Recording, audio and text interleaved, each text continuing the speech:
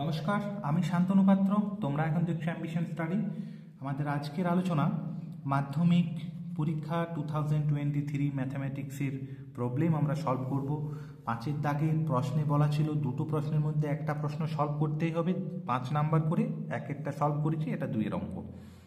যৌথ ব্যবসায় 3 বন্ধুর মূলধনের অনুপাত দেওয়া আছে। 4 মাস পরে প্রথম বন্ধু তার অর্ধেক টাকা তুলে নিয়েছে, কিন্তু তার 8 মাস পরে, মানে 12 মাসের অঙ্ক। 4 আর 8-এ 12 মাস, কিন্তু এই বাকি দুজন বন্ধুর টাকাটা কিন্তু তারা তোলেনি, মানে এই টাকাটা 12 মাসই খাটছে। এই 6 এটাকে আমরা খাটাবো প্রথমে 4 মাস, তারপরে বাকি টাকাটা খাটাবো 8 মাস, তারপর আবার একটা অনুপাত বার করে এটাকে আমরা ভাগ করব। কেমনভাবে করব? যেহেতু মূলধনের অনুপাতে অঙ্কটা দেওয়া আছে, তাই এক্স দিয়ে আমরা ধরে নেব। যে ধরি 3 বন্ধু ব্যবসায় মূলধন যথাক্রমে, মানে পরপর, একজনের আমরা ধরছি 6x টাকা, একজনের আমরা ধরছি 4x টাকা, আর একজনের আমরা ধরছি 3x টাকা, যেখানে x নট ইকুয়াল টু 0 একটি আনুপাতিক ধ্রুবক। একটি আনুপাতিক ধ্রুবক। তোমরা মনে রাখবে এখানে যে রেশিওতে দেওয়া আছে সেটা কিন্তু টাকাতেও তোমাদের থাকতে পারে, একই অঙ্ক হবে। আমরা তো টাকাটাই ধরে নিয়েছি, বেশিরভাগ সময় টাকাতেই কিন্তু অঙ্কটা থাকে। অঙ্কটা তোমরা আশা করি পেয়ে গেছো বা লিখে নিতে পারো সুবিধার জন্য। তাহলে 3 বন্ধু মানে প্রথম বন্ধুর 1 বছরে অঙ্কটা, তো তাহলে বছরে বা 1 বছরেও লিখতে পারো। 1 বছরে মূলধনের হিসাব কি হিসাবে হবে? এর হিসাবটা হচ্ছে, দেখো ওর 6x টাকা আছে, তাহলে 6x টাকাটাকে ও খাটাচ্ছে প্রথম 4 মাসের জন্য। এই টাকাটাকে খাটালো, তারপর কি করছে? তারপর এই টাকাটাকে ও এই 6x টাকার থেকে ও অর্ধেক টাকা তুলে নিচ্ছে, মানে 6x টাকা ছিল, তার অর্ধেক টাকা সে তুলে নিল। তাহলে এই বাকি টাকাটা ও 8 মাসের জন্য খাটাচ্ছে। তাহলে এখানে 4 মাস আর এখানে 8 মাসে হয়ে গেল আমার 12 মাস। তাহলে এইটা হচ্ছে এত টাকা। এর টাকার হিসাবটা হচ্ছে এইরকম। তাহলে যেটা দাঁড়াচ্ছে সেটা হচ্ছে এইখানে 6×4 = 24x হচ্ছে, প্লাস এইখানে হচ্ছে 6x মাইনাস 3x, মানে এইটা এত টাকা সমান 24x প্লাস 3x ইন্টু এত, মানে হচ্ছে 24x।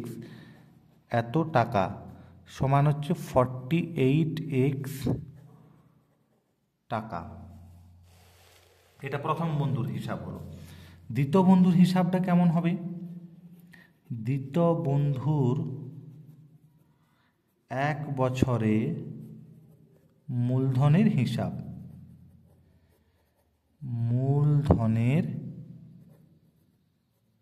হিসাব, তাহলে দ্বিতীয় বন্ধুর টাকা হচ্ছে 4x টাকা। তাহলে 4x ইন্টু 12 মাসের জন্যই ওর হিসাবটা করছি, মানে 12×4 = 48x এত টাকা।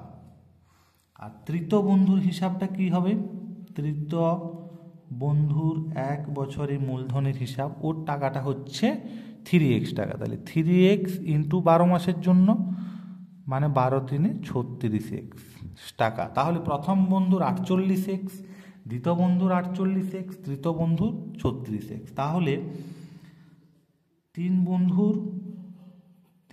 বন্ধুর বছর শেষে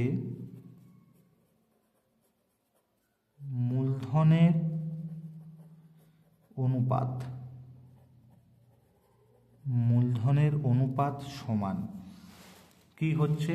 48x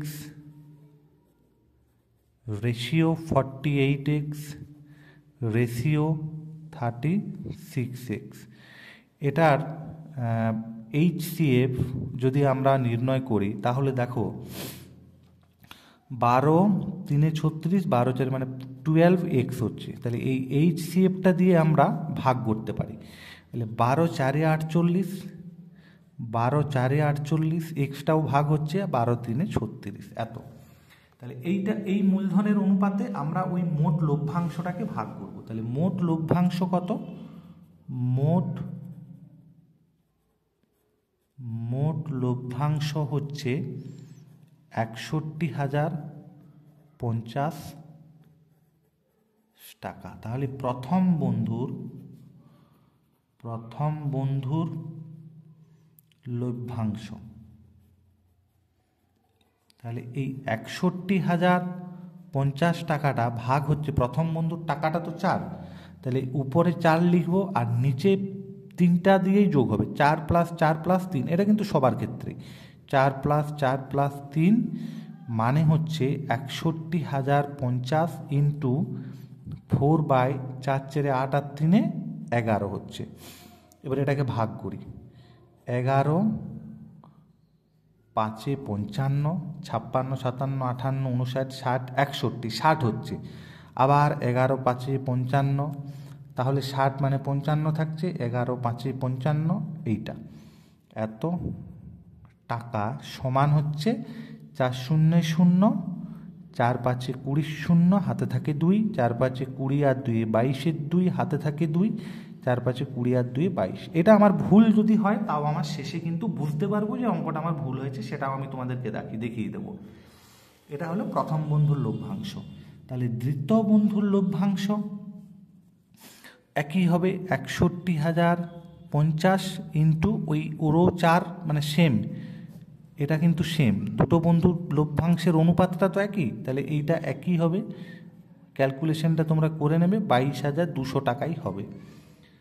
আর তৃতীয় বন্ধুর লভ্যাংশটা হবে 61,050 ইন্টু ওরটা কত আছে 3, তাহলে এইখানে হবে 3 ডিভাইডেড বাই 4 + 4 + 3, মানে হচ্ছে 61,050 ইন্টু 3/11, এটা তো আমরা কেটেছি একবার, 5550, মানে হচ্ছে এত টাকা, মানে 3 0 0, 3 5 15 5, হাতে থাকে 1, 3 5 15 আর 1 16, 6 হাতে থাকে 1, 3 5 15 আর 1 16, মানে 16,650 টাকা হয়েছে। কেমনভাবে বুঝবো অঙ্কটা ঠিক হয়েছে কিনা? এই তিনটেকে তুমি যোগ করো, 0 0 0, মানে এই শূন্যটা, 5 0 0 মানে 5, এই 5টা এসেছে, 6 2 8 2 10 0, হাতে থাকে 1, 6 1 7, 2 9 আর 2 11 1, হাতে থাকে 1, 1 আর 1 2, 2 4 2 6, মানে এটা দেখো আমার মিলে গেল। তার মানে এই যে লভ্যাংশটা যেটা আমরা ভাগ করলাম, অঙ্কটা আমাদের ঠিক আছে। ধন্যবাদ ভিডিও দেখার জন্য। তোমাদের যদি ভালো লেগে থাকে তোমরা লাইক শেয়ার কমেন্ট করবে। নতুন যদি তোমরা কেউ থেকে থাকো আমার চ্যানেলে, অবশ্যই আমার চ্যানেলটি তোমরা সাবস্ক্রাইব করে নেবে। ধন্যবাদ।